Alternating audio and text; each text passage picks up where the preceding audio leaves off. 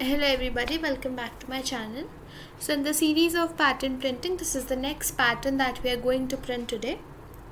So in this pattern, just like the previous pattern we have printed, we can see the decreasing and increasing sequence, which is that for the top half of the pattern, the number of required characters getting printed is decreasing for every row, and in the bottom half the characters, that is the number of required characters, is increasing for every row.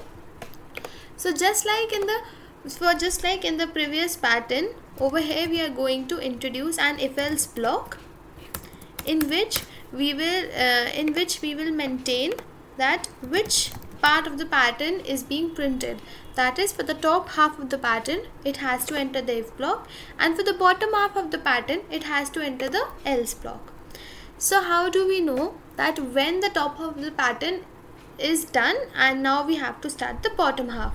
So over here we can see that the mid, that is n plus 1 by 2, n plus 1 by 2 is the breaking point.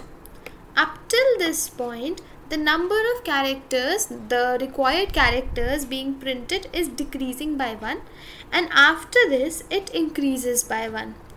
So I will initialize a variable known as mid so that I don't have to write this whole thing again and again. N plus 1 by 2.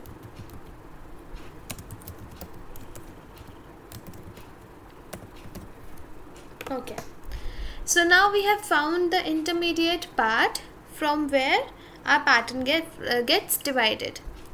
Now in the top half itself we can see that the first half of the pattern over here, first the characters are being printed and then the spaces, while in the second half first the spaces are being printed and then the characters. The same thing goes for the bottom half. So in both the if else block, we will first have to print the characters, then the spaces, then again the spaces for the second half, and then the characters. So over here the condition for the top half will come, that is, while I is less than equals to mid, we have to enter this part, else we have to enter this part. Now for both of the parts, first we have to print some characters, that is the star, then we have to print some spaces, then we have to again print some spaces, and then we have to print the stars. This same thing will be done for the bottom half as well. Now let's see how many number of stars and spaces are to be printed for both the parts. First let's analyze the top part. We divide it in these two halves. Over here we can see, first we'll just see for this quadrant. Over here the number of characters being printed for the first row is 6 and number of spaces are 0. The number of characters for the second row are 5 and number of spaces is 1. For the third row we have 4 stars and 2 spaces, then we have 3 stars and 3 spaces, then we have 2 stars and 4 spaces, and at last we have 1 star and 5 spaces. Over here we can see that the sum of this comes to be 6, which is our mid. Now we have to derive a certain pattern in this. Over here we can analyze that the number of spaces being printed, which are these, is 1 less than current number of the row. So over here I can write that the spaces being printed is equivalent to I minus 1. So we have done these spaces. Now coming to this part, over here we can see that the total number of characters being printed is equivalent to mid minus the number of spaces, which is I minus 1. So mid minus I minus 1 is the number of characters being printed for this part. So over here I will write mid minus I plus 1. So this was for the first half. Now let's go to the second half.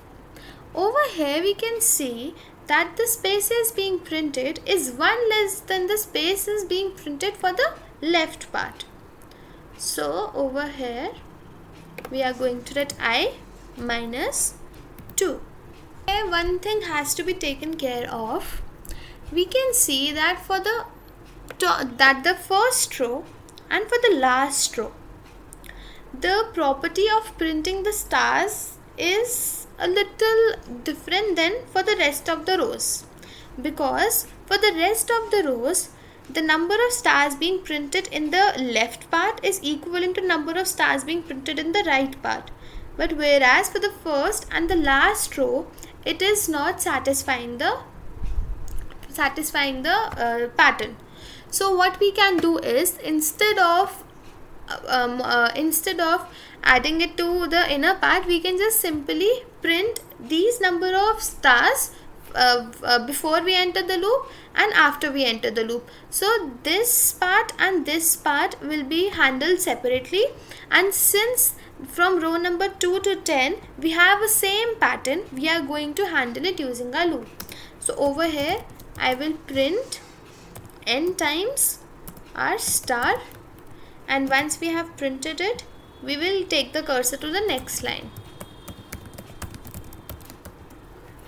and this same thing will be done after we have done the work from 2 to 10. So over here again this will come, and since we have handled the first and the last row, we will run our loop from row number 2 to row number n minus 1, which is 10. Now again now we have to print stars over here. So we know that the number of stars being printed over here is equals to the number of stars being printed over here. So for the second half as well, the stars will be mid minus I plus 1. Now coming to the second part. For the second part, we can see that for the 7th row we have 2 stars and 4 spaces. Then for the 8th row we have 3 stars and 3 spaces. For the 9th row we have 4 stars and 2 spaces. For the 10th we have 5 stars and 1 space, and the 11th row is handled already.